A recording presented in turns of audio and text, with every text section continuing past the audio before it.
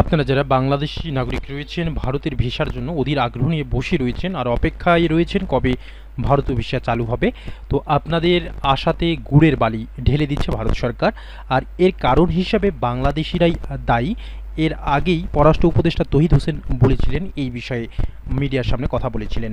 তো আজকে এরই ধারাবাহিকতায় বাংলাদেশ এবং ভারতের দুই দেশের মধ্যকার সম্পর্কে যে ফাটল ধরেছে, সেটি কি কোনোদিনও ঠিক হওয়ার বা এই 25 সালে হতে পারে, এই বিষয়ে আজকের ভিডিওতে আলোচনা করব। ভিডিও শুরু করার পূর্বে আপনি যদি আমাদের এই চ্যানেলে নতুন দর্শক হয়ে থাকেন, তাহলে চ্যানেলটি সাবস্ক্রাইব করার অনুরোধ রইল। যারা অলরেডি সাবস্ক্রাইব করে রেখেছেন তাদেরকে জানাচ্ছি অসংখ্য ধন্যবাদ। বন্ধুরা, আপনাদের জানিয়ে রাখি, আমরা মূলত পাসপোর্ট এবং ইন্ডিয়ান ভিসা প্রসেসিংয়ের কাজ করে থাকি। এই কারণে আমাদের কাছেই সবার আগে পাসপোর্ট এবং ইন্ডিয়ান ভিসা সম্পর্কিত আপডেট সবার আগে পেয়ে যাবেন। তো এবার বাংলাদেশ থেকে স্থলপথে 9 ধরনের পণ্য আমদানিতে ভারতের নিষেধাজ্ঞা।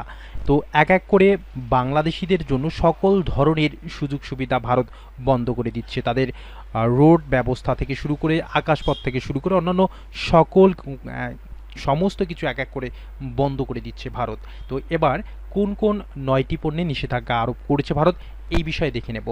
এবার বাংলাদেশ থেকে স্থলবন্দর দিয়ে 9 ধরনের পণ্য আমদানিতে নিষেধাজ্ঞা দিয়েছে ভারত। শুক্রবার ভারতের বৈদেশিক বাণিজ্য অধিদপ্তরের এক বিজ্ঞপ্তিতে এই নিষেধাজ্ঞার কথা জানানো হয়েছে। তবে বাংলাদেশ থেকে সব পণ্য আমদানির ক্ষেত্রে সমুদ্রপথে একটি পথ খোলা রেখেছে ভারত।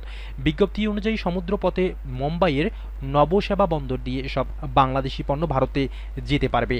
স্থলবন্দর দিয়ে আমদানি নিষিদ্ধ করা এসব বাংলাদেশি পণ্যের মধ্যে রয়েছে কাঁচা পাট, পাটের রোল, পাটের সুতা ও বিশেষ ধরনের কাপড়।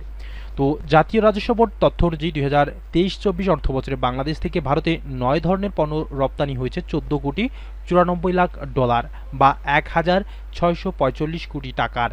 এর মধ্যে স্থলবন্দর দিয়ে রপ্তানি হয়েছে 14 কোটি 77 লাখ ডলারের পণ্য। অর্থাৎ এসব পণ্যের 99%ই স্থলবন্দর দিয়ে রপ্তানি হয়। আর এই স্থলবন্দর দিয়ে পণ্য আমদানি রপ্তানি সমস্ত কিছু ভারত বন্ধ করে দিচ্ছে। এতে করে বাংলাদেশ ব্যবসায়িক ক্ষেত্রে অনেক অনেক টাকা লস হচ্ছে তাদের প্রতিনিয়ত।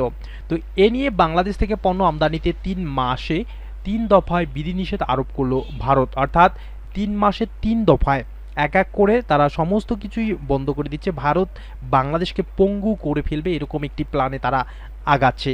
তো এর আগে গত 17 মে স্থলবন্দর দিয়ে ভারতের তৈরি পোশাক, প্রক্রিয়াজাত খাদ্য, প্লাস্টিক, কাঠের আসবাবপত্র, সুতার উপজাত ফলের স্বাদযুক্ত পানীয়, কোমল পানীয় প্রভৃতি পণ্য আমদানিতে বিধিনিষেধ দিয়েছিল।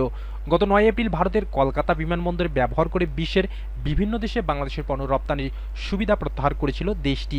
শুক্রবারের ঘোষণা অনুযায়ী বাংলাদেশ থেকে স্থলবন্দর দিয়ে ভারতের মধ্য দিয়ে নেপাল, ভুটান ওই 9 ধরনের পণ্য রপ্তানিতে কোনো বিধিনিষেধ নেই।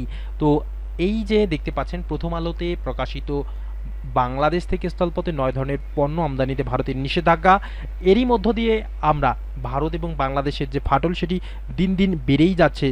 এটি বন্ধ হওয়ার বা ফাটল কমানোর কোনো সুযোগই নেই। আর এরই মধ্য দিয়ে ভারতীয় ভিসা নিয়ে যদি কথা বলতে যাই, তাহলে ভারতীয় ভিসার ভবিষ্যৎ অনিশ্চিত। কবে চালু হবে কিনা উদো, এই বিষয়েও সন্দিহান রয়েছে।